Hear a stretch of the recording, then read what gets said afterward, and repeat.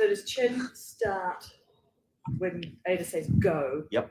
Well, we will have a little countdown, and then So I'll go. Jen will start with a microphone. Yep. Okay. And then you would be able to say your opening remarks, Okay. and then we'd pass it to you. Great. Fantastic. Nice. Should be. Nice If we projector. test it I out, then apologize. No. would you like to test it? There you go. Yep. Okay. People are coming in. Everything else is Okay. working. That is working. We literally have people from Saudi Arabia, Turkey, three countries in America. My mom is on the video. She should. If Is she she could. geoengineered? She is. If she wasn't on the list. I was text her all the way here. I'm not sure. Is mine as well. I yeah, it's a text. Smells good. I got distracted. Okay. Isn't it horrible? Excellent. Gosh. Okay, everyone. We are gonna go live in we're starting the countdown in 10 seconds. Apologies. Okay. So if I see you're looking at the camera. I mean, we can Look at the camera, look at each other. Okay, then starting All of a sudden, then we'd all be now.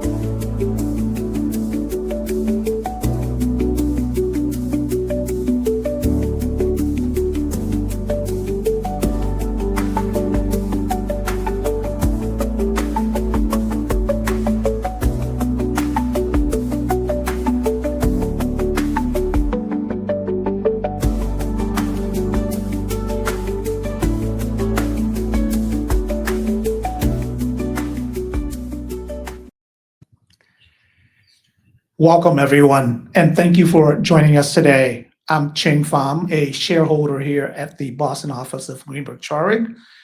We're just so pleased to first welcome Cliff Watkins, founder of Circle Strategies, to GT Boston, and second to host today's podcast focusing on US and UK HR comparison.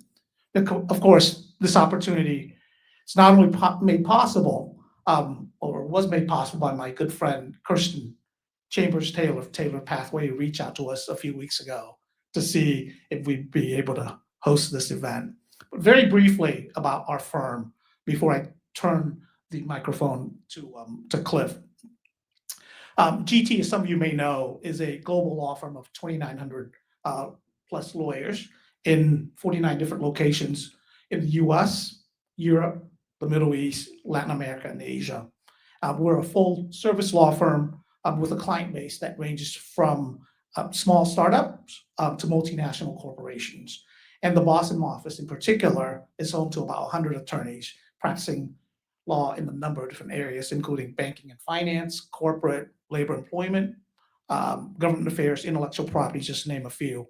And as part of today's podcast, you'll hear from my colleague, Kelly Pesce, who's based here in our Boston office and who's a member of our very deep and well-experienced labor and employment group.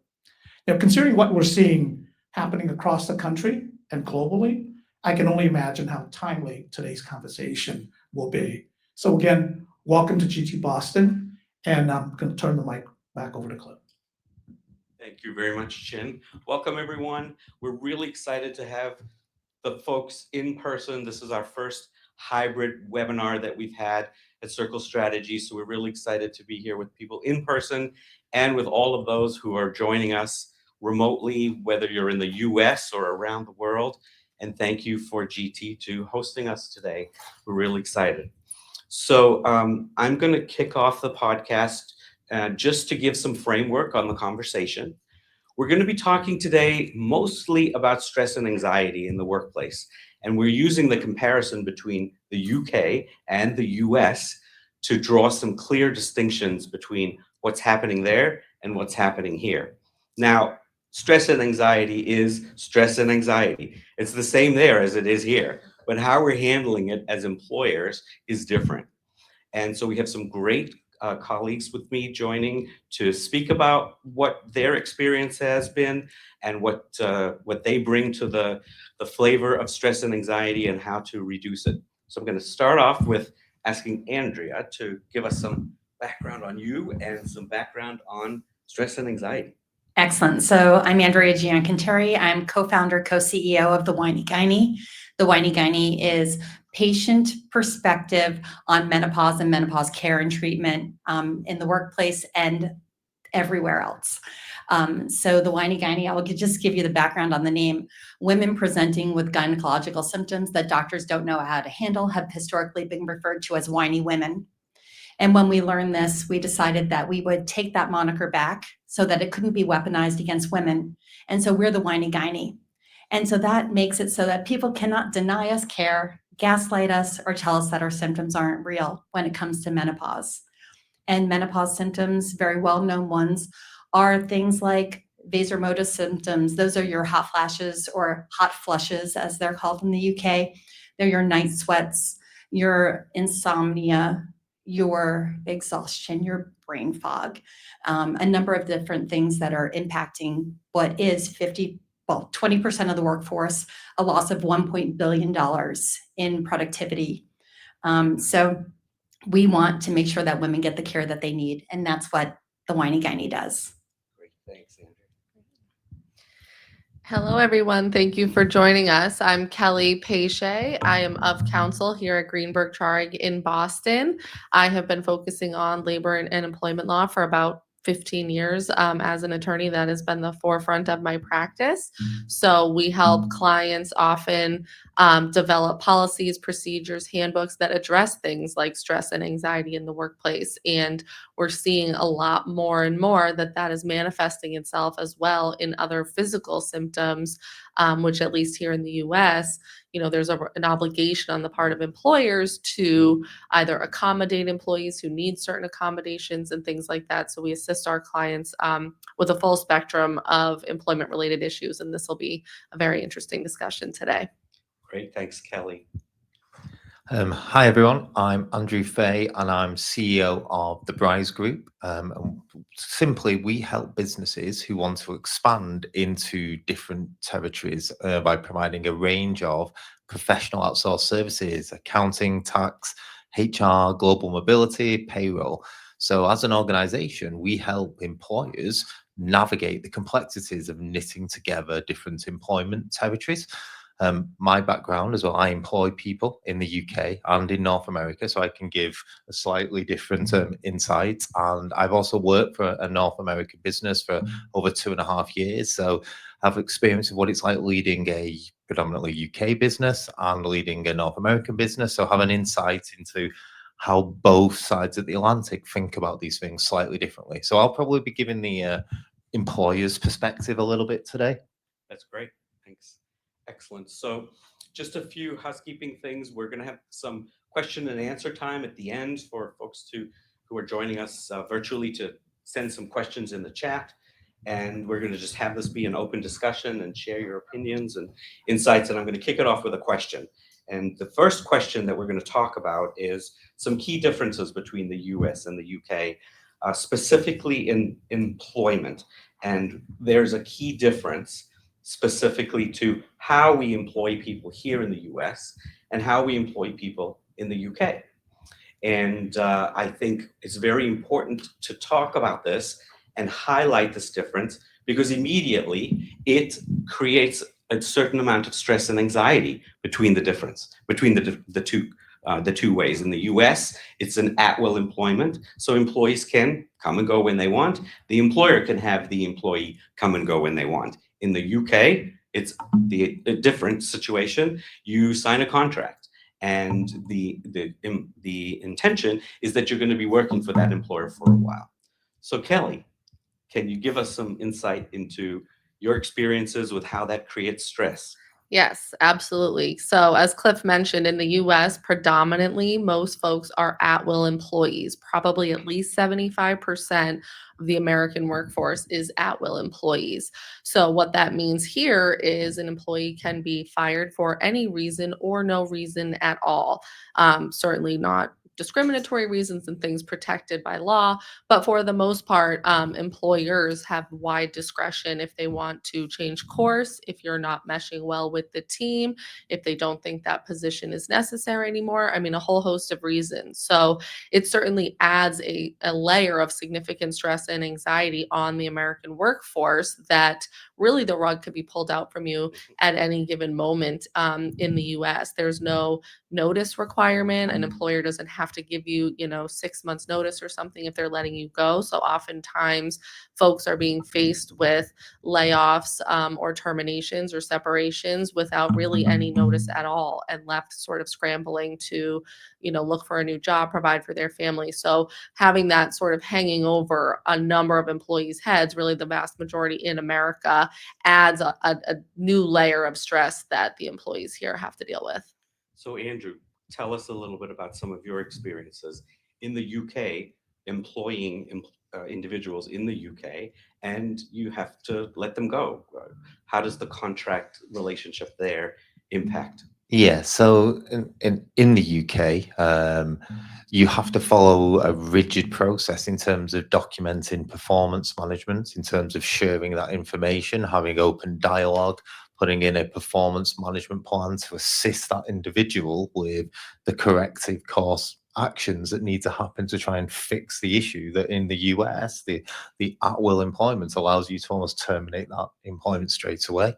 And so and that creates a level of stress and anxiety in its own sense as well, because you have this performance management sort of hanging over your head now in quite an open, protracted set of dialogue. Data's collected on that, conversations are recorded, because it's becoming increasingly difficult to put that performance management into an individual that you in effect would need to remove you could remove at will in the US. So it does give you protection. There is less stress and anxiety because there are notice agreements within your contract that individuals know. If you are though failing to some degree, the stress and anxiety will come through the performance management of that individual. And it differs at different levels of seniority as well. At an executive level, there can be up to 12 months notice period for those types of roles as well. So it can be a really protracted divorce Right. from those situations as well, which, is a very alien concept to North American businesses. Yeah. We get those questions all the time. I'm tired of this person and we just got to let them go today. And I know we can do that, right? But it doesn't always work that way. So thanks for providing that context, that perspective, that clearly there is a big difference, and UK is not the only country that has contracts. Many European countries have contracts, and Asia as well. So I think we wanted to set the stage in this perspective of this first layer of anxiety that's coming to the workforce that is just inherent in how we do our work every day. The second layer of anxiety that we want to talk about is from a leadership's perspective, there are benefits that are different in the US and in the UK that also impact anxiety and contribute to the anxiety in the workplace. And so one of them we know about top of mind at the US is the ADA benefit and how that protects employees and how that helps them manage those kinds of situations where they need to take time off for mental health reasons, family reasons, injury reasons, whatever it is.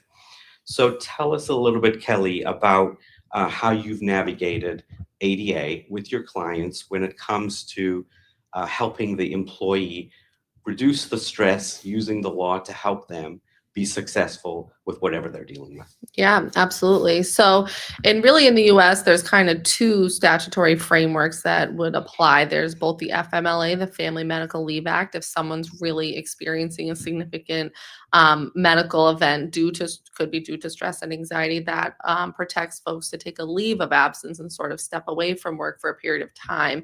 The Americans with Disabilities Act typically involves folks remaining at work, but an employer having to maybe provide certain accommodations to make it so that the employee can perform their job. And so it's hard with stress and anxiety under the Americans with Disabilities Act because most jobs, everyone has some layer of stress, right? So the employer can't say, fine, you don't have to do your job, so you're not stressed out anymore. I mean, there's only so much an employer can do to accommodate your stress and anxiety. So it really makes it difficult for employers to know how to work with their employees and make sure that that employee is productive and successful. But what we're seeing a lot now is how stress and anxiety can manifest itself into physical issues. I know, Andrea, you just mentioned before, like insomnia, and folks might have sleeping issues. I mean, we represent clients. It could be a big manufacturing plant where folks have to work overnight and then perhaps they can't sleep well during the day. And now that's really impacting their performance. So, can we accommodate that employee, give them a day shift, hope that they can then sleep better?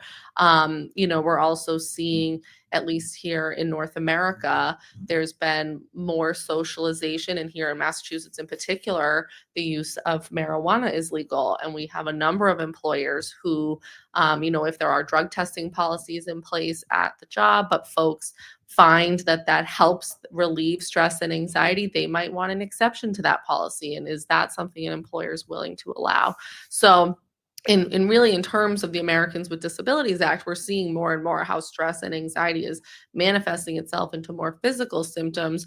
And then employers really have an obligation, if an employee comes to them needing an accommodation, to engage in that interactive process and try to come up with a solution that works for both the employee and employer to allow the employment relationship to continue. And I think that's really important to highlight that the ADA has been around for a really long time. I can't even remember when the Yes. law came about, and same with PFML. So I think what's important to recognize is that those laws came about because employees felt that they weren't getting enough support from the organization. Absolutely. And what's different now is that with COVID and people going back to work and having to deal with a different work environment or different work dynamic, now we've got other stresses that we have to deal with. The law is there to help the individual, and a lot of people are aware of it, which is a good thing. Yes. And I think what's important, and this is my next question, is what do you see employers doing to help contribute to a better wellness environment in the workplace? So we've got the law to protect, those two laws to protect individuals and help them when they're in a difficult situation. But there's things employers can do and go above and beyond. Any thoughts from you guys to see? I can chime in briefly. What we're seeing a lot in the US that our clients ask for. So a lot of employers now are offering things like gym membership reimbursements, trying to encourage their employees to exercise, find ways to relieve that stress and anxiety. A lot of our clients will also offer what we call an EAP, Employee Assistance Program, where there could be access to mental health services, folks that they can speak to. Certainly after COVID now, a lot of places have switched to sort of a hybrid environment, maybe 2 days working from home, 3 days in the office, to help reduce some of the stress that folks face in terms of juggling family life and commuting. At least here in Boston, traffic has just gotten worse and worse. So some of the hybrid, reduces that stress for employees as well. So I don't know if Andrea or What about Andrew. you, Andrea? Tell us some stories that you're seeing with employers. Yeah, so what we're seeing actually are the requests from employees and menopausal and perimenopausal women in particular. So flexible work schedule or the opportunity to work from home, especially for those experiencing insomnia, is very helpful. For those having to wear uniforms, having breathable fabrics is a big deal. Fans, portable fans, cooling rooms, and also just not being jammed into a very tight quarters is really helping with the vasomotor symptoms, particularly. So there are ways to accommodate employees, especially those with menopausal symptoms. But one of the easiest things that people can do is have support in the workplace for people. And we'll talk about this. I don't want to steal your thunder, Cliff, but there is a menopause-friendly workplace accreditation that can happen. And what that does is it essentially sets up resources within your organization. It trains your leadership, because only 1 in 6 supervisors is comfortable talking to a woman about menopausal symptoms. It essentially trains your leadership and identifies people within your organization that can be a resource to someone who's experiencing symptoms and having difficulty in the workplace. So kind of just becoming a menopause-friendly environment. And this is more common in the UK than it is in the US. Okay, there are 100 menopause accredited organizations in the UK with 500 organizations promising to become menopause friendly. In the US, one, CVS, they became accredited last week, literally. So we have more companies that are seeking this accreditation. Microsoft, the Gates Foundation, Maven, WebMD, there are a number of companies doing that, or endeavoring to do this. Bear, we know of a number of companies. It takes over a year to get this certification. You jump through a lot of hoops. It's a combination of this company, Medovia, which is an offshoot of Henpicked, which operates in the UK, and the Menopause Society. So here it's the Menopause Society. The UK has an equivalent. So working together, workplace accommodations can be found. But just simply having a resource or a mentor or someone to talk to in your organization to give you support is incredibly helpful. And just buy fans. Can you just buy some fans? Well, I just wanted to ask you a Yeah. question about that. What are you seeing and how are you seeing that question coming about? I'm interested to learn, what are the employees saying and what are they saying to the workplace manager, HR, whatever? What are you hearing? How's that conversation starting? I'm asking specifically for the people who are joining the program to use that language and that takeaway from the event to use in their organization.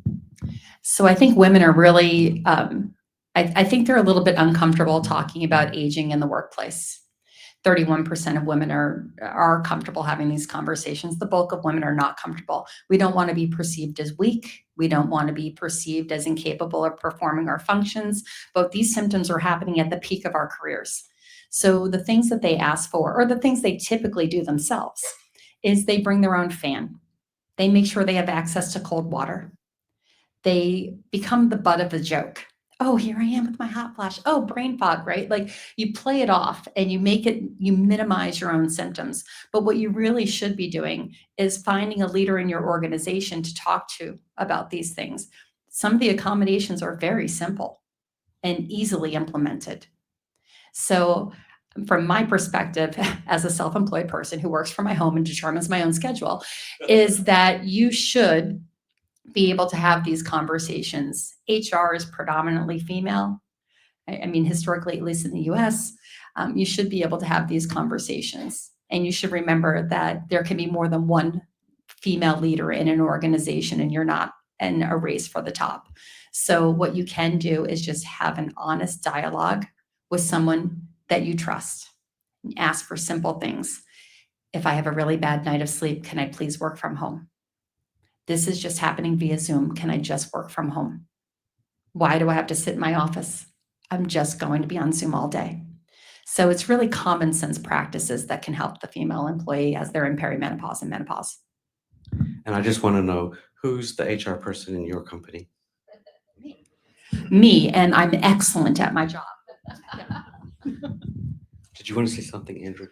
Yeah, I mean, back to the sort of original question of how we think about stress and anxiety management now as an employer perspective, it's a fundamental part of our talent acquisition strategy now.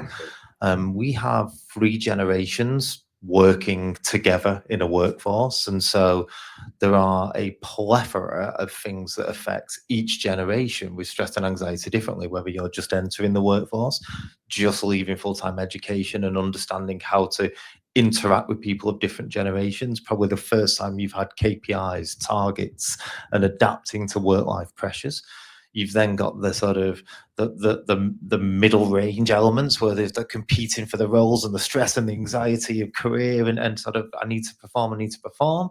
And then we've got the other end, and we've just talked a lot about the support we need to provide now. We have an aging population, a workforce, the dynamics support are changing. And so as an employer, this is now much more than, and we do that, we provide benefits and wellness and training, but it has to now be real. It can't just be, oh, we've got a utility you can log on and self-serve.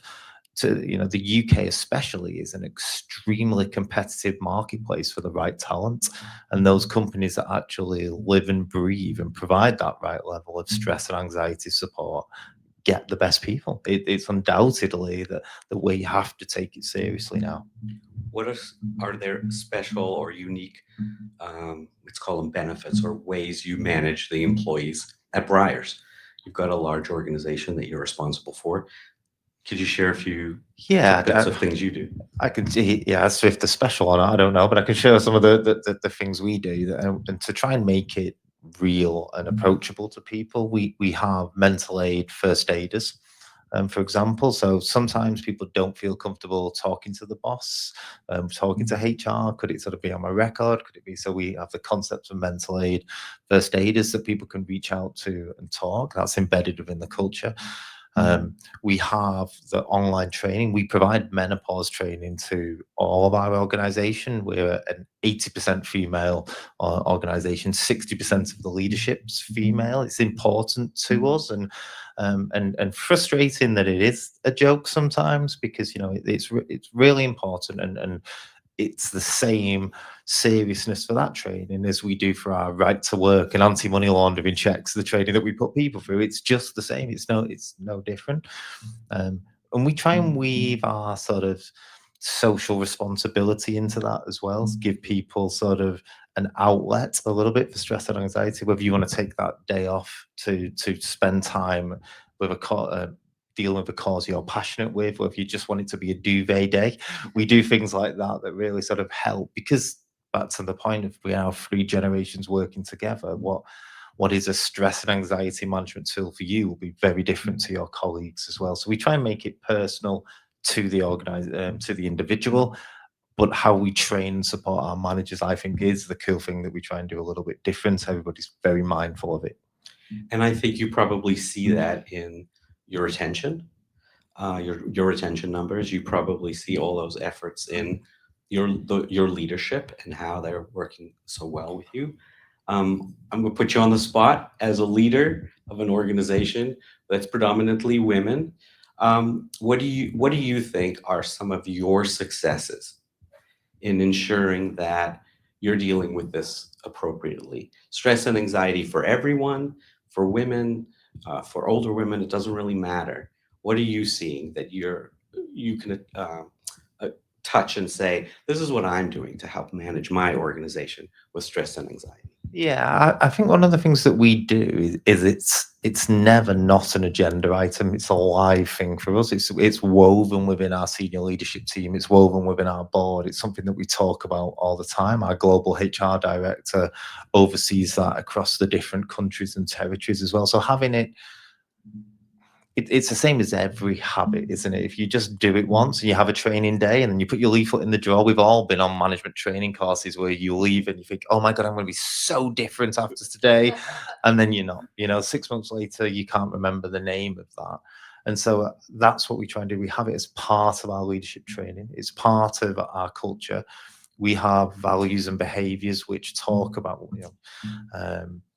one of our non-negotiables is about how we're guardians of our own culture.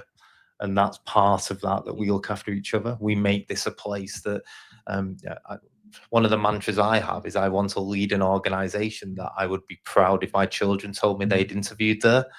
And I think that's the mindset that I have, that makes sure that if somebody was looking after my daughter when she had stress and anxiety, I'd be proud of that. And we try and adopt that.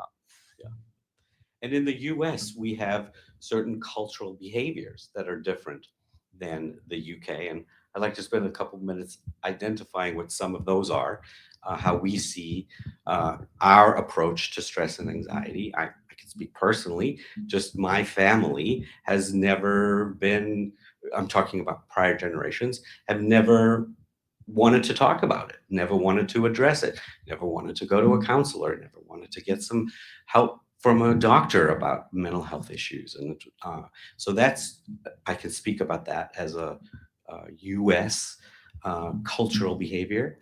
Any other cultural behaviors? I know you're Italian. It's obvious, just the last name. Sorry, but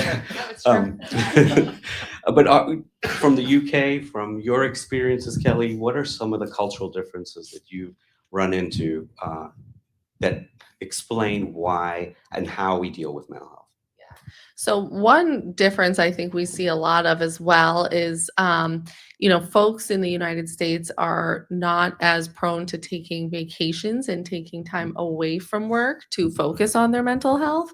And I think that, the European Union and folks in the UK are much farther ahead than America in terms of prioritizing that time away from work, that family time, and that time to de-stress. So we have seen a shift in a lot of employers in the US actually now having unlimited paid time off policies. But what's interesting is the studies actually show that employees here in America are taking less time off if they have an unlimited PTO policy as opposed to 4 weeks of vacation or some set time where most Americans then will make sure they actually use their set time. Where it's unlimited, most Americans tend to be nervous to take too much time off and appear as if they're abusing that. So I think culturally here, there's definitely a fear of sort of too much time away from work. And it probably goes back to the at-will employment like we talked about in the beginning, that you're just nervous about your job stability. So I do think, Americans in general could do a better job at following a little bit more of a European model in terms of taking some time away from work, balancing that stress and anxiety for sure. We definitely have a different perspective on Yeah. just the whole idea of taking time off. Can we agree that unlimited time off is a scam? Can we just agree that that's a scam? Okay, we can, because I will raise my hand and say, for 3 years, we had unlimited time off. And starting at the beginning of this year, we took it away. I think one of the other things, so holidays are always one. Having worked in businesses that have sort of departments and bodies in different countries, holidays are always the great way you can sort of tell the difference and attitude to holidays. But another really interesting one in a development, certainly in Europe, is the right to disconnect as well, and how that Very important, impacts, and ultimately how you deal with that when you're dealing in a global environment. The technology has to support you as a leader to protect you from inadvertently contacting a worker at a time that they're in a country where they have a right to disconnect. And so, which is great that those policies are evolving, but I think as leaders as well, there needs to be support and wrapped around that you don't inadvertently fall foul of some of these. And in the US, I think as you go up the ranks in management, there's this expectation that you're going to be on. We're not going to talk about it, but you're going to be on. You're going to go on vacation and you're going to check your messages. Or you're going to be at night and there's some crisis that happens. It technically could wait for the morning, but you get a message. And what are you going to do? Go to sleep? You're probably not. You're probably thinking, oh my gosh, I need to respond to that. So we actually have a policy at Circle Strategies where there is a very important focus on disconnecting. At the end of the day, everybody knows this is when I'm off. We're on a system and people know they can see your status is off. And we have a policy that says if anybody needs to contact anybody because of an emergency, we use WhatsApp. And in the WhatsApp, if the first words are important in capital letters, then you have to read it and you have to do something about it.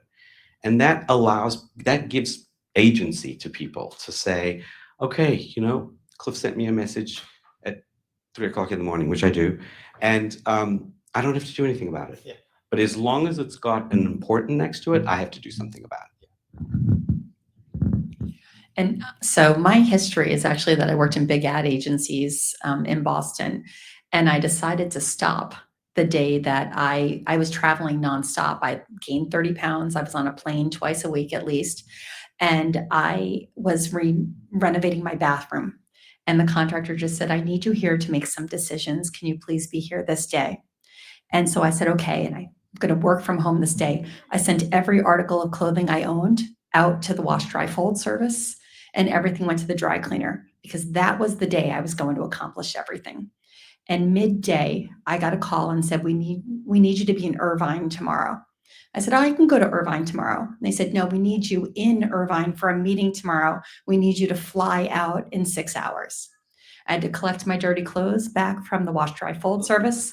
I had to bust out the iron. I had to explain to the contractor that I was leaving. And on the plane, I decided that I was not doing that anymore. And that's how I said no. And that's how I took my power back. Control of your daily well-being. Excellent. There are definitely some cultural differences, and the way we behave, I think, are going to shift and evolve. I think what we also need to focus on is what are US companies doing regarding menopause.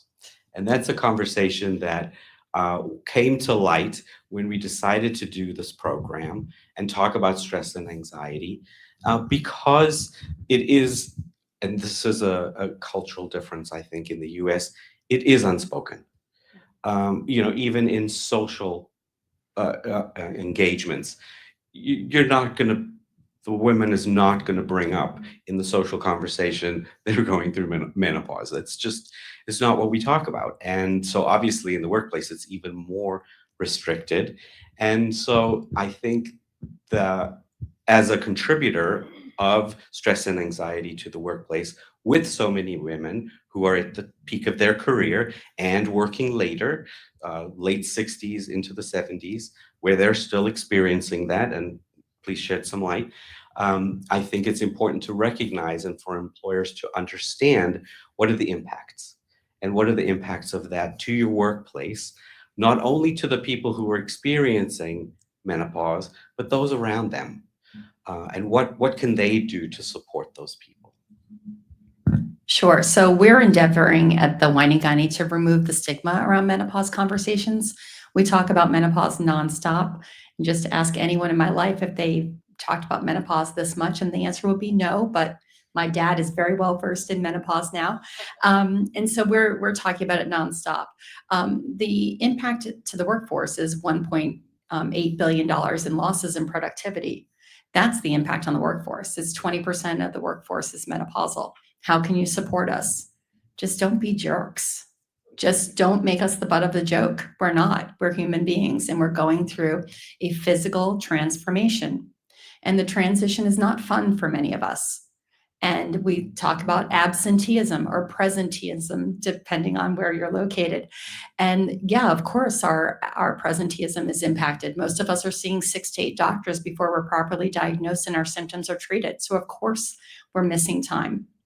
Of course, we are exhausted, and maybe we're not going to put up with nonsense anymore. Our patience and our stress might come out in the form of, it's like, so-and-so's moody today, whatever.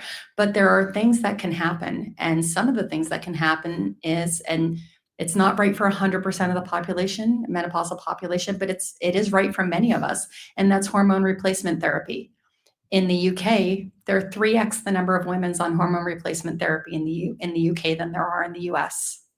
In 2015, there became a greater focus in the UK on explaining the benefits of hormone replacement therapy. In the US, that's less the case, and that's changing now, thank goodness. In the UK, you have Dr. Louise Newsom, who is essentially like the guru there. She's the most well-known in the UK. Here we have Doctors Mary Claire Haver, Heather Hirsch, and so many others that are working to elevate the menopause conversation and force that conversation to occur. And thankfully, we've seen an increase in HRT prescriptions almost twofold in the last couple of years. So we had a study that came out in 2002, it's the WHI study. It incorrectly stated data.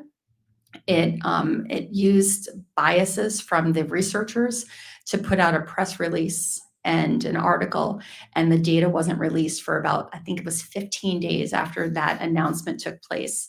When that announcement took place with that incorrectly stated data, that stopped women from taking hormone replacement therapy essentially globally. The UK has started to come back faster, Australia better than the UK, and now the US is bumping up. Why is the UK handling menopause better? Because 3 times the number of women are on hormone replacement therapy. That helps you with your vasomotor symptoms. That helps you with your insomnia. insomnia, that helps you with your mood. And so if the awareness and the availability of prescriptions here in the UK, far less expensive to access the prescription, far less likely to be gaslit by a doctor, if we could get that same level of service. There are 32,000 women for every single menopause certified practitioner in this country. That's a problem. We're lucky in Massachusetts, there are 54 here. And a lot of these doctors have a year-long wait list. We are familiar in the UK of wait lists to get in and to get service, but there are more and more opportunities to get the care that we need. And so it extends beyond the workplace. Divorce rates are very high for menopausal women. That adds to stress in the workplace. There are a number of different things that are happening, but if people just get care, they can feel better and they can work better. Yeah, and I'll just add to that as well. I think one thing we could be doing to help menopausal women is sort of what we're doing now, just start the conversation, be proactive. You know, we have clients that come to us all the time and want, you know, to promote a diverse workforce, and they'll specifically ask, you know, what things can we be doing to help women, you know, what and help men. But typically when the conversation is on helping women employees, there's more of a focus on younger females of childbearing age. And, you know, we're going to have pregnant employees, and we're going to have new moms and breastfeeding moms, and how can we support these women? And the focus on women is really around that time frame, and supporting these young moms. And then I think as women are aging, there's just sort of this like forgotten issue that definitely persists. So I do think that, you know, employers are becoming more aware of ways they can support just all of the diverse workforce, but in particular with women, but not stopping the conversation of, you know, around having children and new moms and breastfeeding and things like that. But, you know, from start to finish, what other challenges are women going to face in the workplace, and being proactive about informing clients of that. So, you know, I commend Andrea's company and the mission to really make sure that that's, you know, a known issue. Where we see this moodiness and difficulty in behavior in women in our practice in HR is when a client would come to us and say, you know, all of a sudden, this for the last 6 months, something changed, and I'm not able to get the level of productivity that I got from this person. And we've put them on some corrective action programs, and there's really nothing that they're able to do and make a change. And I think we need to let them go. And I learned early on in my practice of HR, a similar situation came up where a young woman was having the same kinds of issues. Hers were coming to work on time. And she was from a Latin American country and had emigrated here and was working, and she had 2 young children, and she was so proud to not say to her boss that she had difficulty dropping off her children at daycare and getting to work on time. She just didn't want to reveal it. And she just kept saying, I'm trying, I'm going to make it work, I'm going to make it work. And finally, the client said to us, okay, we've got to let her go because she just can't seem to come to work on time. So we intervened and we had some conversations with her, and that was her story. She, to us, said, I really struggle because whatever the reasons are, and I just can only get there at 8:05. I can't get there at 8. I try really hard. This is the same situation we're experiencing today with women who are struggling and aren't performing at their level that they're supposed to be performing at. Who's going to want to say to your boss, hey, you know, I really can't perform at the level that I'm performing at because I'm going through menopause? Like that's a hard thing to say. And I just draw the correlation to what happened earlier in my career, and I'm seeing it now with women who are not performing and getting written up, possibly because they just don't want to say anything, or the managers aren't attuned to having the conversation and bringing that out. Andrew, did you have something to share with us from the UK in terms of a perspective of how real life experiences at Briars that you've had to deal with women who are in menopause or struggling? Not sure whether they'll be watching, so I need to be careful. On no, yeah, as I said earlier on, it's a real. It's not something we're striving to. It's something that we actually are already. An 80% female driven organization, 60% of the leadership team. This is something that lots of us have had to get up the knowledge curve quickly as well to sort of make sure that we are appropriate and empathetic and not accidentally ignorant, because I don't think there's anybody that Right. actually starts off that way, but you can inadvertently find yourself in that position. I talked about it earlier that we have training programs that for all areas of the business, and I'm sure there are some people who sit through that training that think, what's this got to do with me? I'm not really sure why I'm doing it. As they get older and their life changes and their partners and their parents change, they'll soon realize that it's useful and it's ingrained into the brain, perhaps that they're not going to be an unconsciously biased in any way going forward. It is hard as a leader that needs to it's like any level of performance management. You need to assess with performance management though and support crossover, and I think that is an evolving challenge. It's a case by case challenge. As with all things, it can be used as an excuse as well, and not just menopause, just stress and anxiety now in general. As an employer, the minute you try to performance manage anyone, stress and anxiety is the first response, mental health's the second response, and so it's weaving through that, making sure you're confident in the processes and the training that you have, and balancing performance. Otherwise, we'll just all become really slow organizations, lumbered with costs, not able to get anywhere. So I think that's my experience is we're not there yet. We're learning. We're trying. It's important. But personally, for me, how we balance performance management and support is something that we're all learning about all the time. And one other thing I'll add too, I think it's important for employers to recognize there's just not going to be a one size fits all approach to some of this, both with stress and anxiety and menopause. I think a lot of employers try to live in a very black and white world of, especially with younger women, a pregnancy, it's 40 weeks. So an employer kind of knows going into it, okay, they'll be pregnant for this long, they'll be on leave for this long, they may breastfeed for roughly this long, but there's sort of an end in sight in terms of what needs to be done to help the employee along the way. But when you get into sort of the mental health issues or some of the ways that menopause affects women very differently, just like stress affects men and women differently.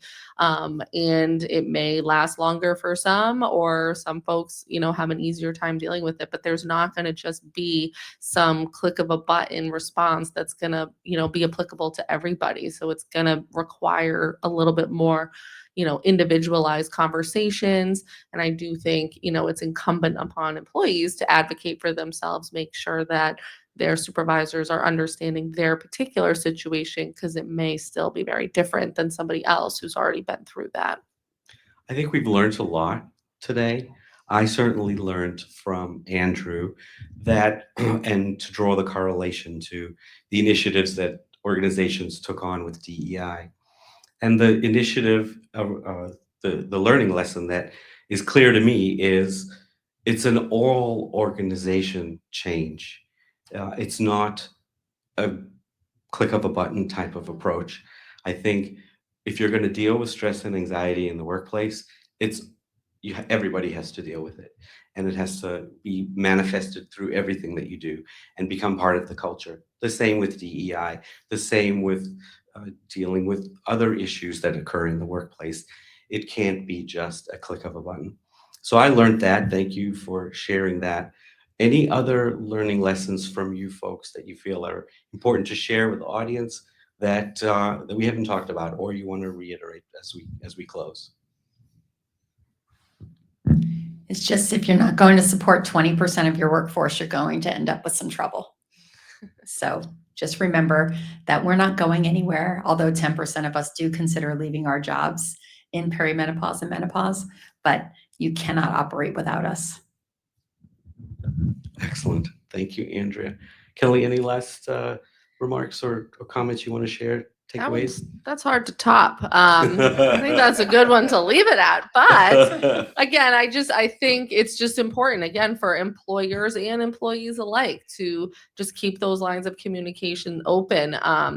Sort of like Andrew mentioned, I mean, he's running a large organization. We can't just expect our leaders to know what circumstance every employee is dealing with. It's just not possible. So there's certainly the onus is on the employers for sure to be educated and make sure the policies are there, but the employees really need to make their management or supervisors aware of what they need to succeed. Because I do think that the more and more employers that become aware of sort of menopause and how it impacts a great large 20% of their workforce are going to want to do the work and are going to want to help those employees. They just need to be informed accordingly. Excellent. Thank you, Kelly. Any last words, Andrew, or you're good? All right. So we have a couple of minutes to get some questions answered from the audience. So if anybody has any specific questions that you want to share, let us know. You can type them into the chat. While you guys are doing that, I just have one question for the group as we round out and end the conversation today. When we look at stress and anxiety in the workplace today as a whole, and all the different things that are going on with ourselves, with our commitment to doing a great job, with our families, with the employer, with the government, with globally and internationally, what do you do every day or even once a week to just help manage with that stress and anxiety? I take tap lessons. I dance. And that's what I do. And I talk to my friends. How often do you dance? I dance every Wednesday in an over 55 group of women from 10 to 11 at a community center. And tell us why that makes you feel so great. I started dancing when I was a little kid. I danced from the time I was about 3 till I was about 14. I gave it up to be a cheerleader. And then I just couldn't fit it all in. And then I went back to it in my 40s. And dancing brings me joy. There's nothing like understanding the steps, hearing the sounds, and learning a new routine, which also will help you ward off dementia. Great. Always thinking. I think I need to take up tap dancing. You should. I'm probably not a great person to ask about this because I should probably take my own advice more than I do. And I've got a 1-year-old and a 3-year-old, so time to myself is not really that prevalent. But what I do often is try to get outside and take a walk at lunch, first thing in the morning. And even if it's just 15 minutes, right here where our office is in Boston, we're lucky to be right on the water. And even when it's cold and it's snowing, anything, I just try to get outside. Or if I am working from home, I have a dog who, loves to have me get him out there. So just get that 15 minutes to sort of clear my mind and move my body a little bit. That's awesome. 2 really quick ones. A personal one first. So I have 3 children, 2 dogs, and a wife, and I am the bottom of the pecking order. So one of the way I recharge is just to be told what to do and bossed around at home by everybody. So that really helps. Professionally, I use a business coach. It's hard, it's a lonely place leading an organization sometimes. I get a lot of value out of those one-on-one conversations where you can just say stuff, and so professionally, that's how I do it. And personally, I just get bossed around at home. So that's great because you spend 10 to 15 hours around the day bossing other people around. Yeah, So why not get the other side? Any questions that we want to talk about from the audience? We have some suggestions from the online audience as well when you're ready. Absolutely. From Dana Martin, now shown on the screen, they are wondering if there was any measurement program on it, like an impact scale of how mental health programs are measured. There are some statistics that say that every dollar spent in menopause care and support yields $3 to $4 back in revenue, or return, I should say.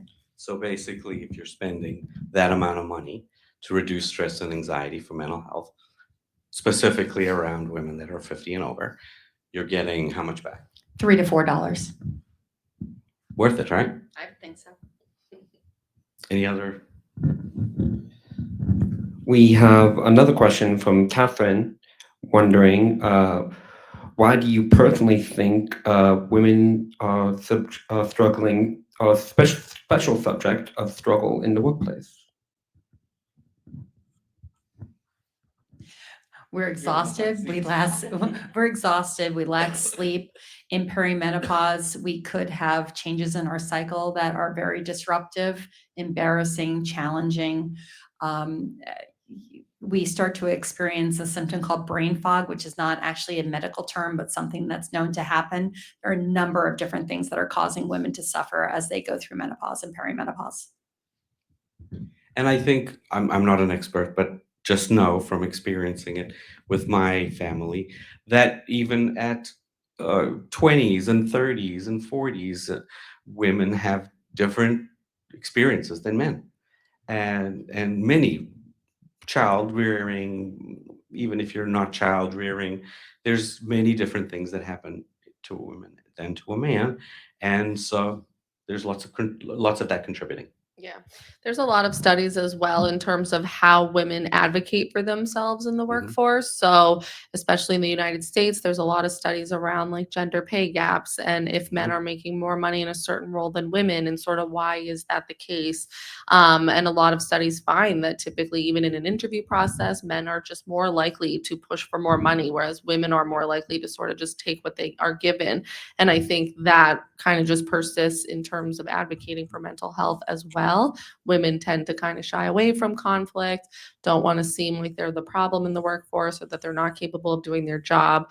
But I think there's more general studies about how women approach various issues in the workforce, sometimes to our own detriment, unfortunately. Great, thank you. Any last questions? That's it from online. Great, thank you. All right, let's close this out. Thank you all for participating. This was a great conversation from those of you here with us at GT and those of you who are participating virtually. Thank you for joining us. Thank you for our esteemed speakers and panelists. Great insight. Thank you. It was wonderful to work with you folks. Great. Thank you.